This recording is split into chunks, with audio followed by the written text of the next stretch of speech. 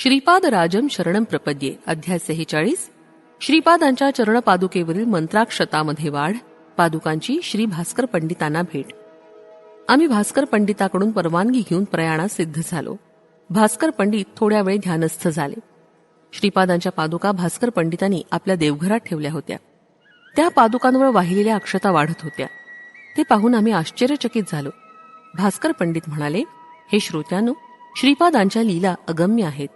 श्री पद्मावती मातेचं जन्म नक्षत्र मृग आहे आणि श्री व्यंकटेश्वराचं जन्म नक्षत्र श्रवण आहे. उत्तर फाल्गुनी नक्षत्र पद्मावती मातेस मित्र तारा आहे, तर श्री व्यंकटेश स्वामींना ते परम मित्र तारा असल्यानं त्यांचं लग्न नक्षत्र उत्तरा फाल्गुनी आहे. आज सुद्धा उत्तरा फाल्गुनी नक्षत्र आहे. त्या दिव्य नक्षत्रावर श्रीपाद प्रभूंच्या चरणपादुकांवरील मंत्राक्षता वाढल्या. यावरून श्रीपाद प्रभू साक्षात पद्मावती आणि श्री व्यंकटेश स्वरूपच आहे हे कळण्यासाठी त्यांनी ही लीला केली. यातील थोड्या मंत्राक्षता तुमच्या जवळ ठेवा, त्या तुम्हाला शुभ ठरतील आणि श्री प्रभूंची कृपा तुमच्यावर सदोदित राहील. शंकर भट्ट आणि धनगुप्त यांच्याबरोबर देशपर्यटन आणि विविध क्षेत्रांचं दर्शन. आम्ही प्रवासाचा संकल्प करून बैलगाडीनं प्रवास सुरू केला. ती बैलगाडी एका लग्नाच्या वरातीची होती. या वरातीतील वैश्य प्रमुख घोडागाडीतून प्रवास करत होते. ते कोंडविडू गावी जात होते. ते वैश्य प्रमुख धनगुप्त म्हणाले, आज फार शुभ दिवस आहे. तुम्ही बैलगाडीतून प्रवास करून श्रीपाद प्रभूंच्या मंत्राक्षता लग्न घरी दिल्या आणि आम्हालाही दिल्या. ते पुढे सांगू लागले, मी एकदा व्यापाराच्या निमित्तानं पिठिकापुरमला गेलो होतो. तेव्हा मला श्रीपाद प्रभूंचं दर्शन श्री व्यंकटप्पा श्रेष्ठींच्या घरी झालं होतं. त्यावेळी श्रीपाद प्रभू प्रेमभरानं म्हणाले, तुझ्या पुत्राच्या विवाहसमयी मी मंत्राक्षता आशीर्वाद स्वरूप तुला पाठवून देईन. ज्यांच्याकडून मंत्राक्षता पाठवीन त्या ब्राह्मणास 2 वराह दक्षिणा दे. यानंतर आम्ही कोंडविडू गावी पोचलो. तिथं धनगुप्ताच्या मुलाचं लग्न मोठ्या थाटात पार पडलं. या ठिकाणी आमची ओळख एक हिरे मोत्याच्या व्यापाराशी झाली. धनगुप्त कोंडविडू या गावी थोडे दिवस राहिले. मी मात्र घोडागाडीनं विजय वाटिका म्हणजे सध्याचा विजयवाडा या स्थळी आलो. या महाक्षेत्रात कृष्णा नदी असून श्री कनकदुर्गा आणि श्री मल्लेश्वर स्वामी यांचं मंदिर आहे. कृष्णा नदीमध्ये स्नान करून मी देवदर्शन घेतलं. देवीच्या देवळात मला एक वृद्ध संन्यासी भेटले. त्यांना अनेक दिवसांपासून पिठिकापुरमला जाऊन श्रीपाद प्रभूंचं दर्शन घेण्याची तळमळ लागली होती. विजय वाटिकेतून निघून आम्ही दोघं काही दिवसांनी राजमहिंद्री क्षेत्री येऊन पोचलो. तिथं गोदावरी नदीत स्नान करून श्री मार्कंडेश्वरांचं आणि कोटिलिंगेश्वराचं दर्शन घेतलं. आमचा प्रवास श्रीपादाचे कृपेने अत्यंत सुखकर होत होता. मी माझ्याबरोबरच्या संन्याशाला म्हणालो, थोड्याच दिवसात आपण पिठिकापुरमला पोहोचू. तेथील श्रीपाद प्रभू अवतरित झालेलं त्यांचं घर पाहू. श्री व्यंकटप्पा श्रेष्ठी आणि नरसिंह वर्मा यांची भेट घेऊया.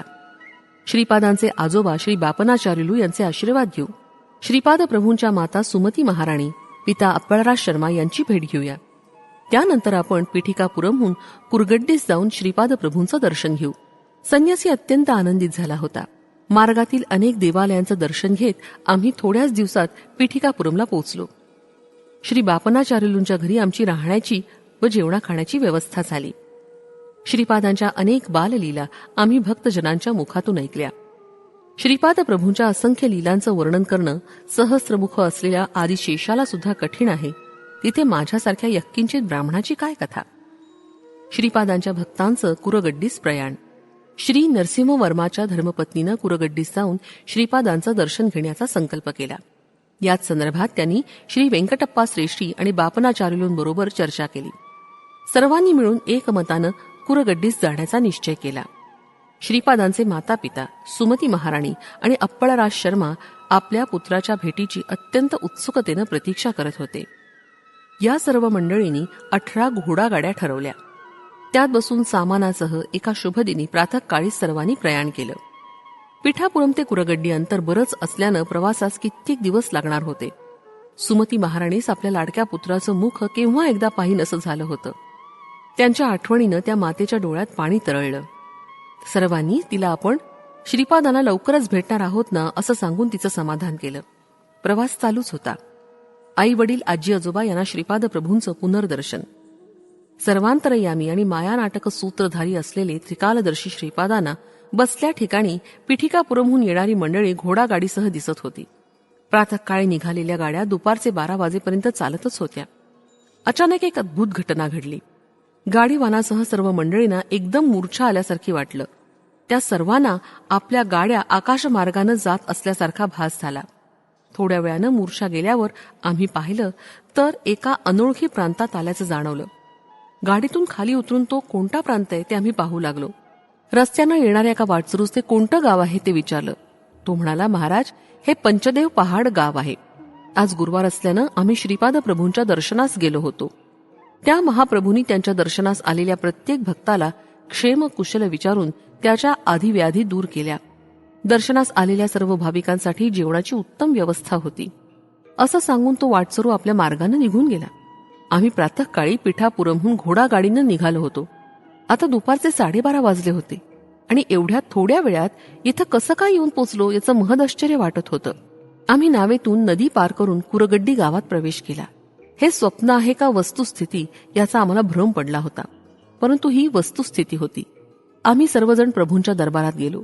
सुमती मातेनं श्रीपादांना मोठ्या वात्सल्य भावानं आपल्या हृदयाशी धरलं. तिच्या नयनातून आनंदाश्रू ओघळत होते. ते श्रीपादांच्या पाठीवर पडत होते. श्रीपाद म्हणाले, आई, तू निर्गुण निराकार असलेल्या परातत्वाच्या मुलाची माता आहेस. तू अनसूया मातेप्रमाणे पतिव्रता शिरोमणी आहेस.